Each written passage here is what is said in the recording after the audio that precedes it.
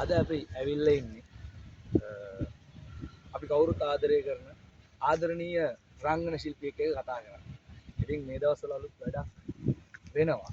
ඉතින් ඒ වැඩෙත් එක්ක අපි වැඩ කරන්නේ අපේ ටෙලිනාට්‍ය වැඩ කරන අපේ ආදරණීය රංගන ශිල්පියා තමයි මේ ඉන්නේ චමීර ලියනගේ. ඉතින් මට අයියේ දැනගන්න ඕන අයියා මුලින්ම නළුවෙක් වෙන්න ඕන කියලා හිතුවේ. එහෙම නැත්නම් ඒකට මූලික පදනම වැටුනේ කොහොමද? ඒ කියන්නේ බං ඒක ඇත්තටම මට හිතුනේ ඉස්කෝලේ යන කාලේ කියන්නේ 9 වසර 8 වසර 10 වසර අන්න ওই කාලවල තමයි යෝකෝ කරන්නේ. ඊට පස්සේ ඕලෙවල් ඉවර වෙනවනේ. ඕලෙවල් ඉවරනාට පස්සේ අර තරු මනසට කියලා ඉස්සර ගියා සිවල් පොගයක්. ඔය අංශ දෙකෙන්ම මම ජය කරා. ඊට පස්සේ හොඳටම ගැහුවා. ඔළුවටම ගැහුවා. රංගනේ කියන දේ ඔළුවටම ගැහුවා. ඔයාලට දන්නවා මොකක්ද කියලා මාත් දන්නවා මට මොකද උනේ කියලා. ඉතින් ඒකට ඊට පස්සේ මහන්සි වුණා. ඊට පස්සේ කරගෙන ඇවිල්ලා ඉතින් දැන් හොඳ නිර්මාණයකට සම්බන්ධ වෙලා වැඩ කටයුතු කරගෙන යනවා. ජීවිතේ නළුවෙක් කියලා කියනවා. නළු ගොඩක් හම්බ වෙනවා. ආදුනික. කියන්නේ හදවතේ ඉන්න නළුවෙක් විදිහට අපි සලකන්නේ. මම නම් සලකන්නේ එහෙම.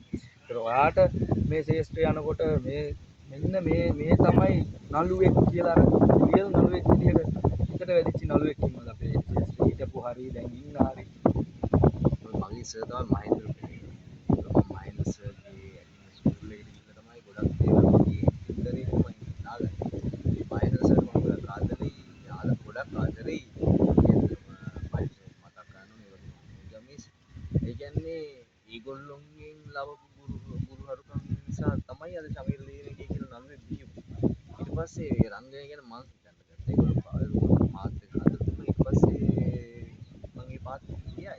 මම ඒගොල්ලන්ට කරු කරනවා සහ ඒගොල්ලෝ ගොඩක් ෆලෝ කරන්නේ. ඉතින් මෙහෙමයි.